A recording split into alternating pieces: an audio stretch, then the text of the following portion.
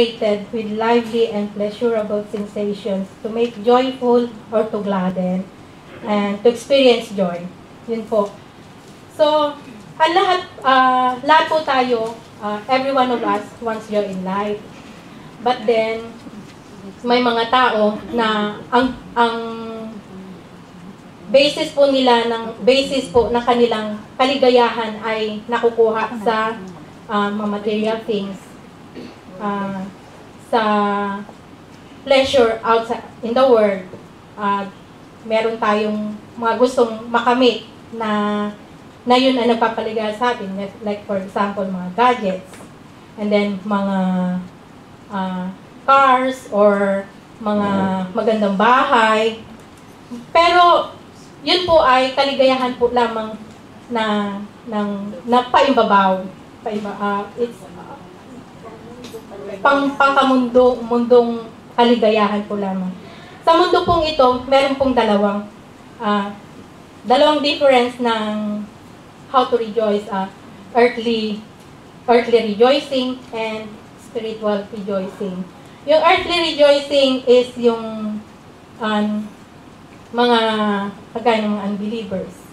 But then, ang spiritual blessings is tayo when we receive the Lord Jesus Christ as our personal Savior.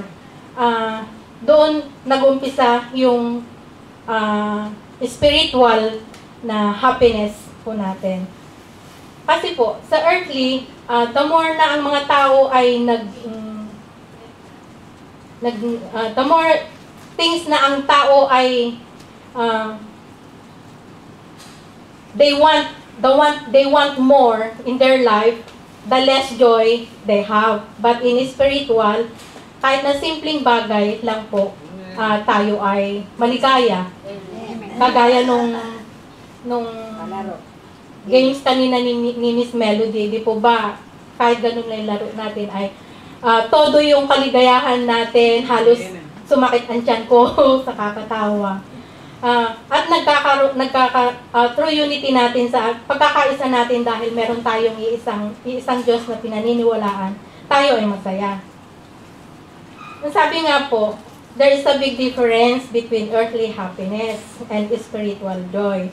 Earthly happiness is produced and maintained by events, by things, by experiences, often involving money and moods and materialism. Gaya po ng nasabi ko kanina, nagiging materialistic. But spiritual joy is a product of one's good relationship with God through Christ alone. Sa ating text, rejoice. What does rejoice in the Lord always mean? Sabi nga po, rejoice in the Lord always. Again, in I say rejoice. What does it mean? As I research, meron po akong tatlong bagay na nakita. To rejoice in the Lord always does not mean that we will never depress or sad. Yun nga po. Pag tayo nagsasaya sa Panginoon, hindi po ibig sabihin na hindi na po natin mararanasan ang ma-depress or ang maging malungkot. Kasi lahat po yan ay mararanasan po ng bawat isa sa atin, even though na tayo na po ay nasa ating Panginoon sa Kristo. Yun po ang sabi sa Bible, the Bible says that godly people are marked both by mourning and yet by irrepressible joy. Tayo daw po ay makakaranas nga po ng pagdadalamhati sa buhay. But yet, through Jesus Christ, sabi nga po, morning may be weeping, may weeping, oh yeah, yun nga po. Yun nga po. And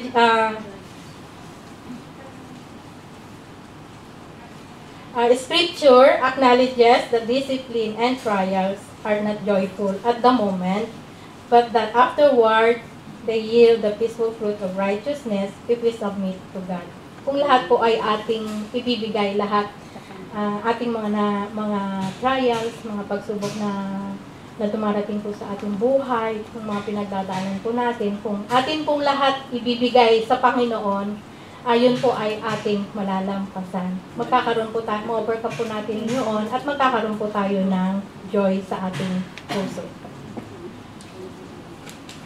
Second is to rejoice in the Lord is not a matter of feeling. Hindi po sa pamamagitan po ng kung ano yung ating emosyon. Pero ito po ay by obedience po, sa pag-obey po sa ating Panginoon. Sa Philippians 4, chapter 4, ito po ay isang command na inimpasis po ni Apostle Paul. It is a command that we must deliberately choose to obey, especially when we are in difficult circumstances. It has to do with our attitude, which depends on our mental focus. Which depends on our mental focus sa ating mga choices. The choice to rejoice must go against how we feel. Dapat, yung pong pagsasaya natin, hindi po natin binibase po sa ating emotion. Bagkos, i-base po natin iyon sa pamamagitan po ng ating Panginoong Hesukristo, kung ano po yung ginawa niya po para sa atin sa krus ng Kalbaryo. Kasi, kung yung emotion po ang titingnan natin, tapos tayo ay hindi na magsasaya, bakit hindi po natin tingnan yung ginawang pasakit ng ating Panginoong Hesukristo na ininda niya doon sa krus ng Kalbaryo? Mas matindi yung ginawa niya, yung naipako siya sa krus, na pinaghahagupit ang kanyang likod habang naglalakad na pasan ang krus, tapos na nilagyan ng koronang tinik. Sa halip na tayo sa atin po mangyari yon, ay siya na ang umako po sa lahat ng iyon para po sa ating mga kasalanan. Kailangan po na when we go through trials, and kailangan mag-obey po tayo. Ano po ba dapat ang gagawin natin? Ang susundin po ba natin is yung ating emosyon o yung mag-obey tayo kung ano ang sinasabi sa atin ng Panginoong Hesukristo? Hindi po ba mas maganda na mag-obey na lang po sa sinasabi ng ating Panginoong Hesukristo? At least magkakaroon tayo ng happiness sa ating buhay. Even na tayo ay nakakaranas ng mga pagsubok. Kaya, Sister Nelia, yung pong mga trials na dumarating sa'yo, bigay lang po natin lahat kay God. Dahil lahat naman po tayo ay nakakaranas po noon. Dahil wala pong Kristiyano na hindi nakakaranas po ng mga pagsubok. Dahil lahat po yun ay dinanas na po ng ating Panginoong Hesukristo. Ma-overcome po natin through Jesus Christ po. And the third is, to rejoice in the Lord is an attitude of contentment. Maging kontento po tayo, and hope that transcends transcends circumstances. Maging kontento po tayo, at ang pag-asa po ay nasa ating Panginoong Hesukristo, ano man po yung mga circumstances, mga pagsubok na yan. Gaano man iyan kabigat, gaano man po iyan, kung halos na sabihin po nila ay gumapang ka na sa lupa, ibigay lang po natin yan lahat kay God. And then, ma-overcome po natin yan. Isa-isa, one by, hindi naman po bigla lahat na sa isang iglap ay masosolve lahat. Yan ay masosolve paunti-unti. At kailangan lang po ay mag-abide tayo kay Jesus Christ, na hindi porke na po tayo, may mga pagsubok na dumarating, ay lalayo na po tayo. Kailangan mag-stay pa rin po tayo sa presence ng Panginoon. But how can we rejoice in the Lord always? Paano nga po ba tayo magsasaya sa ating, how can we rejoice in the Lord? Or paano nga po ba tayo magsasaya ng everyday, kahit na nararamdaman po natin na meron tayong mga hindi magagandang nararanasan sa buhay. First is, make sure that you are in the right relationship with God through saving faith in the Lord Jesus Christ. Kailangan meron po tayong tunay na relasyon sa Panginoon. That is when nung na-receive po natin siya, from the time na na-receive po natin siya sa ating buhay bilang Lord at Savior po ng ating buhay, mag-abay po tayo sa Kanya. Kagaya po ni Apostle Paul, where when Paul first exhort us to rejoice in the Lord, men who claim to be Christians, they are not relying upon Christ and He shed blood for the salvation, but rather are trusting in themselves. Yung pong mga iba na nagsasabing Christians nga po, ay hindi naman po sila nagdidepende sa ating Panginoon, kundi nakadepende pa rin po sila sa kanilang mga sarili. So, dapat po natin gawin, kung ano po yung willing ng Panginoon kung ano po yung gusto ng Panginoon na gawin natin, kailangan gawin natin in His will, yung mag-obey po tayo sa Kanya.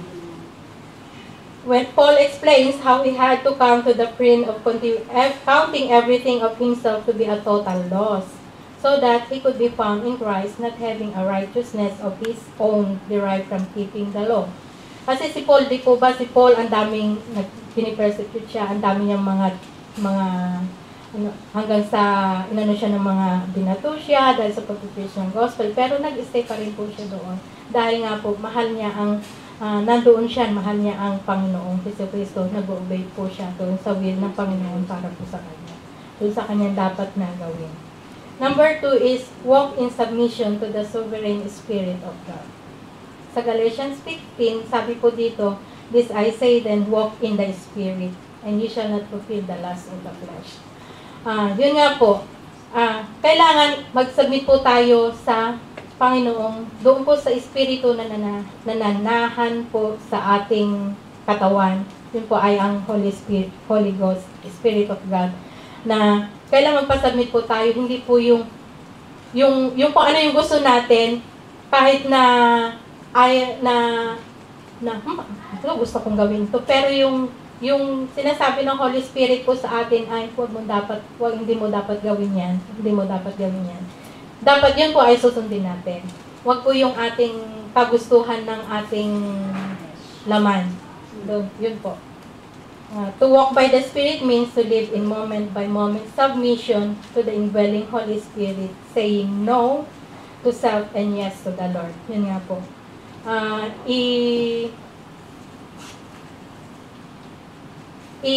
Wag po nating sundin kung ano yung sinasabi ng laman natin. Ang sundin po natin ay kung ano sinasabi ng Holy Spirit na nagdudwelling po sa ating buhay. Third is view your trials through lens of Scripture. Sa mga pagsubok na dumarating po sa atin, wag po nating tingnan yun sa ating pangsarili lang na pananaw. Kailangan kunin po natin ito doon sa Word of God. Dahil po ang Word of God, yun po ang mag-guide po sa atin kung ano po ba ang dapat at nararapat na gawin. Kasi po, kung sa sarili lang po tayo, sa sarili natin lang po tayo asa, lalo mapapalayo po tayo doon sa will ng Panginoon para sa atin. Instead, kailangan mag-base po tayo doon sa scriptures or sa Bible po na binigay po sa atin ng ating Panginoon. Yun po dapat ang ating maging guide, maging lampo sa buhay natin. Number 4 is deal properly with rational conflicts. Deal properly with rational conflicts. Ito po ay kung meron po tayong mga kaibigan, may mga kapatid, or mga kamag-anak na hindi maganda ang ating relasyon sa kanila, or kung meron tayong hindi magandang naiisip sa kanila, or kung meron man silang nagawang hindi maganda sa atin, ay hindi na natin sila ibuin. Kailangan po lapitan po natin sila. Humingi tayo kung tayo man po nakagawa ng hindi maganda. Lumapit po tayo sa kanila. Humingi po tayo sa kanilang ng kapatawaran sa mga nagawa man po, kung ano man po yung nagawa natin sa kanila. Forgive, kung mag-forgive po tayo, i-forgive po natin sila kung meron man silang hindi magandang nagawa sa atin. Yun po. Ay itama po natin yung ating relasyon sa ating mga kapatid o sa ating mga kaibigan, sa ating mga kamag-anak. Yun po. Deal properly with relational conflict. Number 5 is sing praises to God. Kailangan po tayo ay mag-praise sa Panginoon. Kasi po, ang ating pong buhay ay nanggaling po sa Kanya. Siya po ang nagbigay ng kung ano po tayo ngayon. Lahat po ng mga meron po tayo, galing po sa Kanya. So, lahat po dapat yun ay ating ipagpapasalamat at ibalik kung ano man po yung, kung ano po yung mga meron po tayo na ibinigay niya po sa atin. So, kung kagaya na lang po kapag meron man tayong halimbawa, kung meron man tayong nasa pagsubok ngayon, idaan po natin ito sa pagkanta. Para po, sa pamamagitan po kasi ng pagkanta, although na ikaw ay nadadaw na, kapag ikaw ay kumanta, nalilift up po yung iyong spirit. Yun po. Pero yung pagkanta natin ay dapat nakasentro pa rin po kay Jesus Christ. And number 6 is serve the Lord with gladness. Paano nga po ba tayong mag-serve sa Panginoon? Nakasimangot po ba? Or nakangiti tayo? Or nag-grumping po ba tayo? Or our hearts are willingly serving the Lord? Kasi dapat po, pag mag-serve po tayo sa Panginoon, yun ay willingly heart na merong enjoy, happiness po sa ating kalooban talaga. Ano man po yung mga trials man, i-set aside natin yan. Kailangan lagi tayong, for example, pag tayo pupunta ng church, kailangan mag-serve po tayo na iiwan muna natin kung ano man yung problema, iwan natin doon. Kailangan nakafocus tayo sa Panginoon. At saka, meron po ba ang ang ministry niyo? Di po ba pag magsuserve kayo, kailangan meron ka rin po ministry? Hindi po ba? Hindi porket ikaw ay pupunta, kailangan meron ka rin gagawin na para sa sarili mo na ibibigay mo pagsuserve yun sa Panginoon. Hindi yung pupunta ka na lang ng simbahan, after ng aalis ka na, tama na, and then wala na, ganun lang. So, kailangan din po, meron po na inano natin sa ating yung parang, ito ang gagawin ko, ito ang ibibigay kong pagsiserve para sa Panginoon. Yun po. Number 7 is focus your mind daily to the Lord for the things that He has promised us in Christ. I-focus po natin yung ating isip sa Kanya. Dito kailangan tayo every time na magising po tayo sa umaga, kailangan magpasalamat tayo at ginising niya tayo sa umaga, humingi tayo ng guidance sa buong maghapon kung ano yung gagawin po natin. And then, after that, in the afternoon or every time po sa pagkain, kung saan ka man pupunta, kailangan po nakafocus po tayo sa Panginoon para sa kanyang sa guidance na ibibigay niya sa atin, sa wisdom na ibibigay niya sa atin for the whole day na ating gagawin. And after that, before we go to bed, kailangan din po mag-pray tayo, and then magbasa po tayo even just in 1 hour or even in one chapter in a night. But then, ako po kasi, sometimes, na ano ko na sa pagod din, pag ako'y nag-pray na, nakakatulugan ko po yung ano na, hindi ko na natatapos, hindi na ako nakakapag, Nabulong sa kaya ako po